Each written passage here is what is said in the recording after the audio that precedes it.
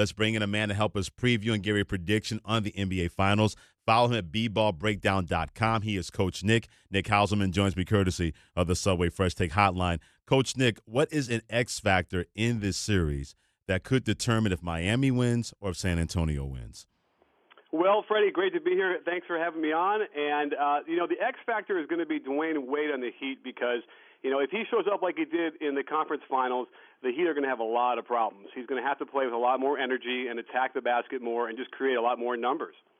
With that being said about his knee injury, how much should Miami expect to see the Dwayne Wade we saw in Game 7 against the Indiana Pacers where he scored 21 points and 9 rebounds, or the Dwayne Wade we've seen up and down in the playoffs before that Game 7?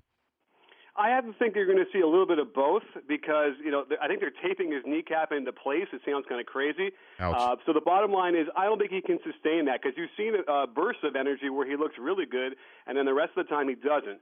And so I don't think that he's going to ultimately give them a very consistent series, and that's got to be a huge concern for Eric Spoelstra.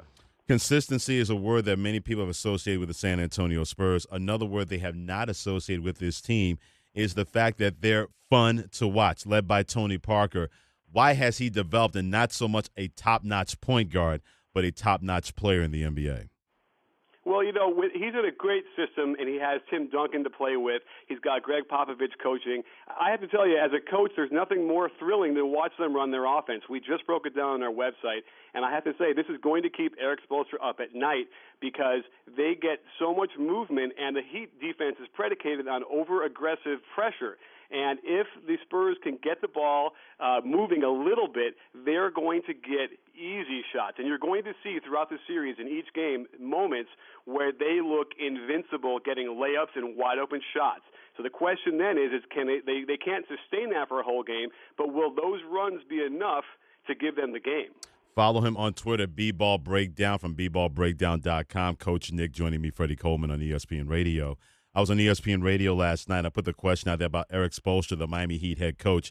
Is he a good coach or a right time, right place coach? I think he's a good coach, and he's never going to get enough credit for being that kind of coach. Where do you stand, Nick, on Eric Spoelstra being a good coach or a right time, right place coach?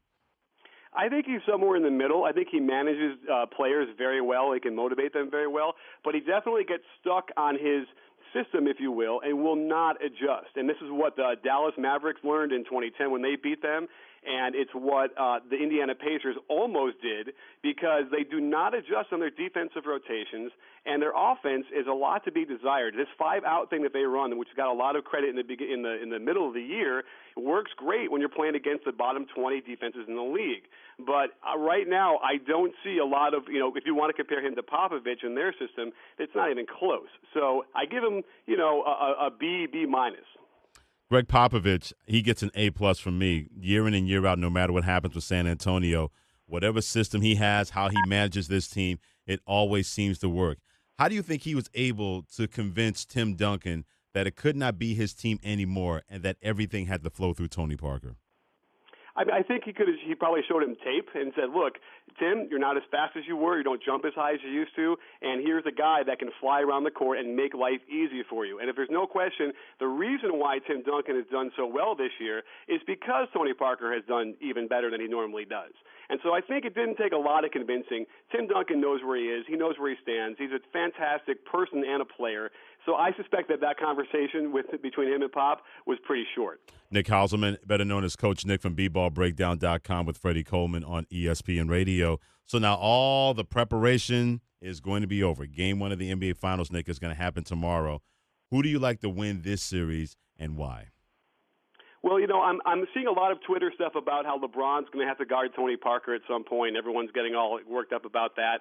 And I got to tell you, that might be a monumental mistake if Spoelstra has to turn to that because they'll screen him with a big man, and that's probably the only other big man that he will have at the time and no rim protection. So I got to tell you, there's a dirty little secret out there that the Spurs could win this quicker than 6 games.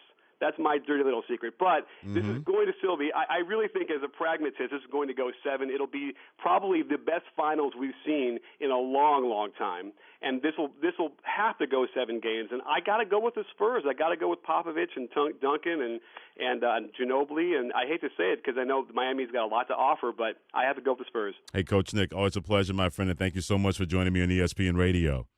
You got it, Freddie. Thanks.